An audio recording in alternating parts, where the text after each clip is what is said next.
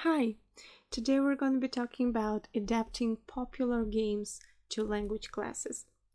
Look at the games that you can see now on your screen. These are some very well-known board games, dice games, tile games that can be successfully adapted to language classes. Well, not all of them, but most of them. And they can be a great foundation for some revision or drilling with your students. So, why not all of the games can be adapted?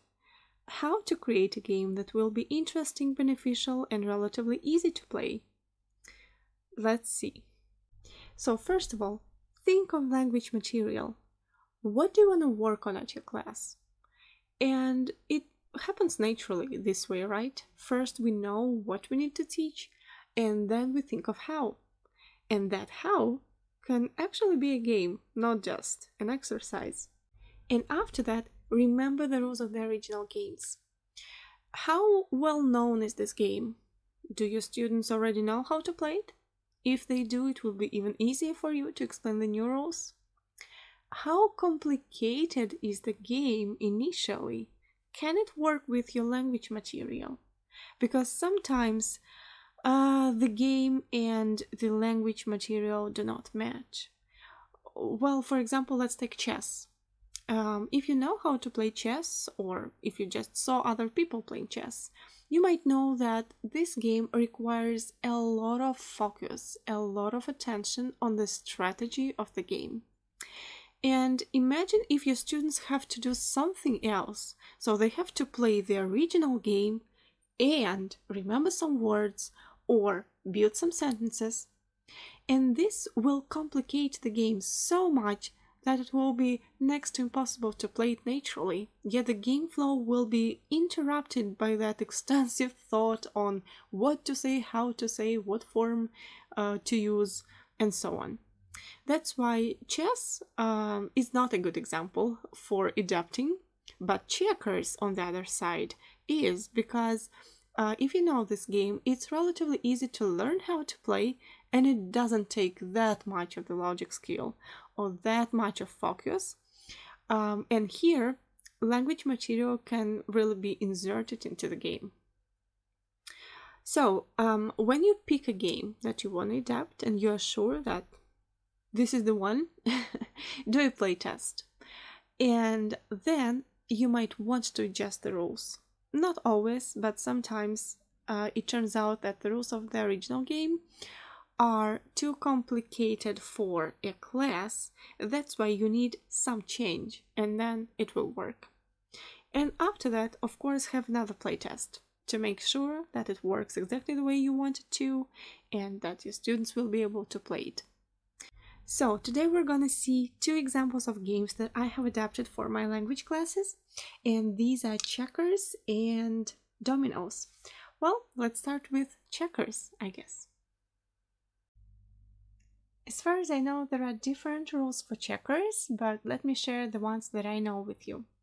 So this is a game for 2 players, and it's played on a board like this, and each player has a set of 12 pieces. They are typically of different colors, for example, black and red, black and white, red and white, and so on.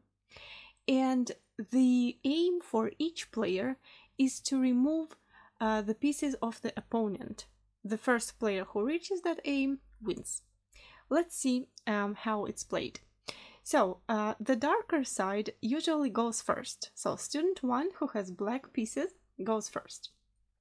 And we can step only on dark squares. Imagine student 1 moves his or her piece here, and then the red side goes here, and then the dark side goes here, and then the red makes a mistake and moves the piece.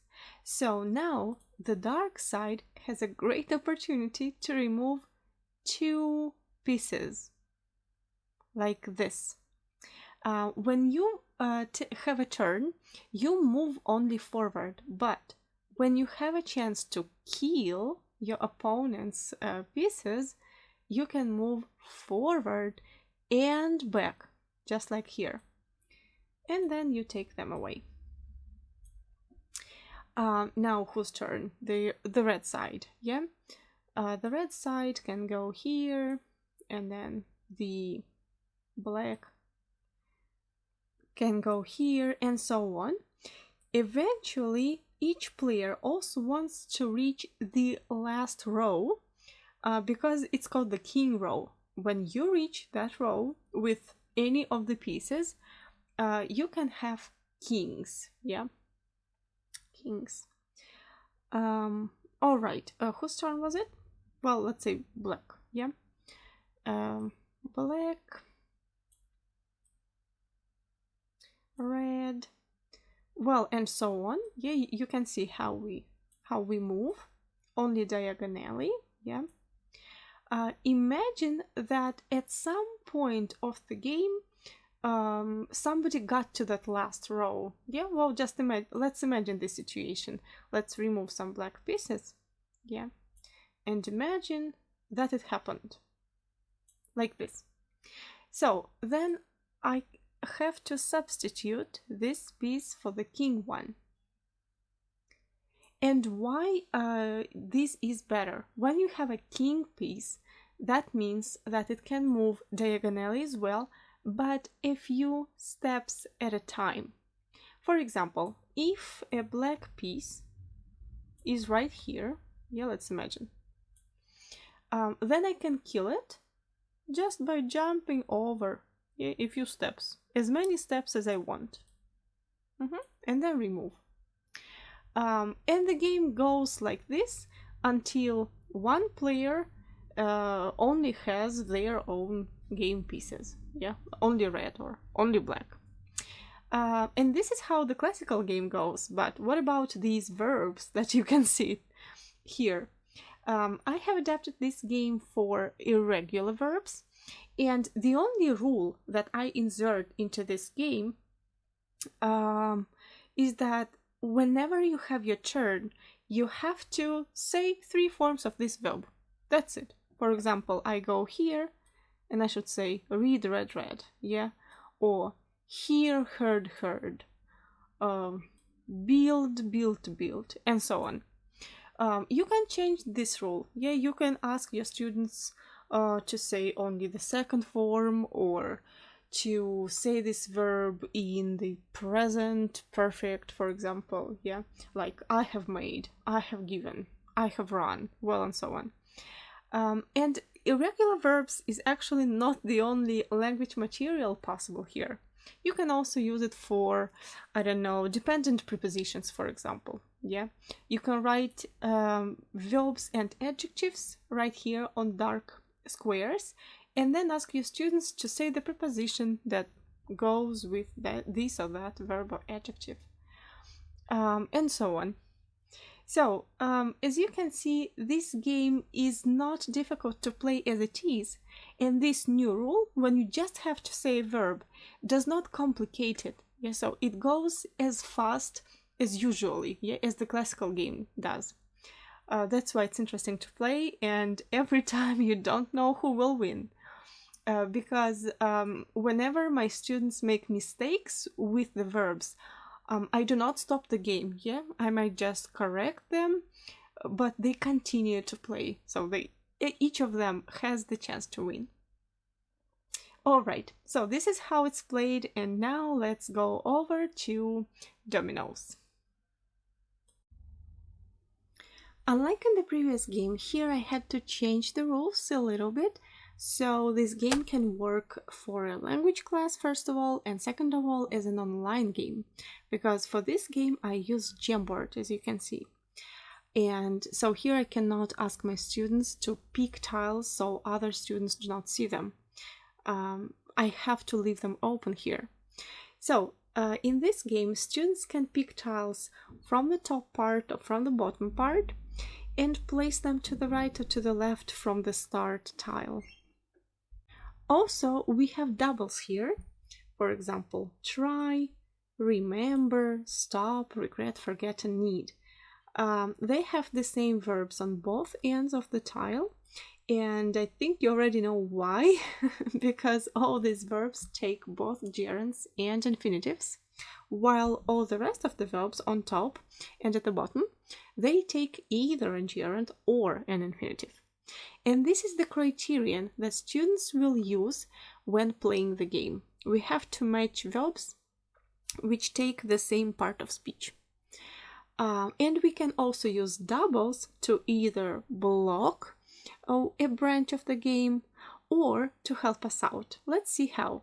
We have start in the middle, which is also a double. And we can go either to the right or to the left. And since start can take also both infinitives and gerunds, the first style can be any, right? Well, for example, pretend or manage, yeah? So the next student can go either to the right again or to the left, but if they decide to go to the right, they have to keep in mind this verb. So manage to, right? So I have to find a verb which will match this side of the tile, which also takes the infinitive. For example, want, yeah? So manage to, want to. That's a match. Now I have agree to, right? And the left side, which can take any tile. Well, for example, we continue to the right. So agree to, refuse to. Yeah, all infinitives so far. Okay, and then the next player decides to go to the left. For example, with this tile. Yeah. And here we have give up doing, right? So now we have a choice. The next player chooses where to go again. And let's say he or she wants to continue the give up branch. So give up doing, go on doing, right? I don't know, hate doing, miss doing, can't help doing, whatever, yeah. Well, for example, I'll take hate. And then offer to, expect to, yeah. Well, for example, intend, yeah. Intend to as well, like this. Choose to, offer to, I don't know, tend to, yeah. And here we have advise doing, so we cannot put it here, yeah, because they will not match. Or decide to, yeah. Offer to, seem to, yeah. Like doing, well, and so on. And like this, the game goes, yeah, until students reach the point when they are out of tiles, yeah, or they have only some tiles which do not match whatever is in the game, yeah. So let's imagine that at this point we need to have a verb which takes a gerund, yeah, like the verb like, but we don't have any. Well, let's just imagine, yeah. Then in this case, students can use their doubles. How can we use it? The first way which we can use them, we can just block one branch of the game, yeah, like this. Then nobody can continue the game here. Or we can help out. Like, for example, I need a verb which takes a gerund here, and I don't have any. So I just put it as a continuation. And since remember takes both infinitives and gerunds, after this we can continue with any tile again. So that makes the game flow easier, yeah. After a student uses a double, he or she has another turn, okay? That's important, because if you don't follow this rule, then it can happen that one student places, for example, a double, yeah, remember? And this way helps another student, but you don't want this because the person who finishes the game wins. Well, and so on and so forth until all the tiles are over. Yeah. Eventually, some students will not have tiles that match. Yeah. Some students will run out of their doubles as well, and the last student will win. Now, what to do with doubles? We have 6, yeah, 6 of them. When I played with a group of 6 students, I just assigned one double to one student, and they were free to use it whenever they wanted. Yeah. If you play with a smaller amount of students, what can you do?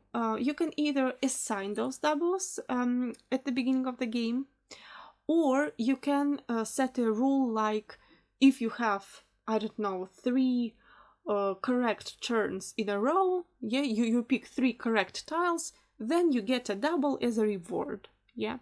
And then, the students will use them later in the game. So it's up to you how you deal out the doubles, yeah. So I hope it was useful for your language classes, and you can find more ideas for them on my Instagram page or ask any questions if you have them. And also, if you don't feel really comfortable with spending your time on recreating the games or creating new ones, you can as well visit my page and purchase the games because they are already available. So just text me to get them. Have a nice day, and I'll see you here next time.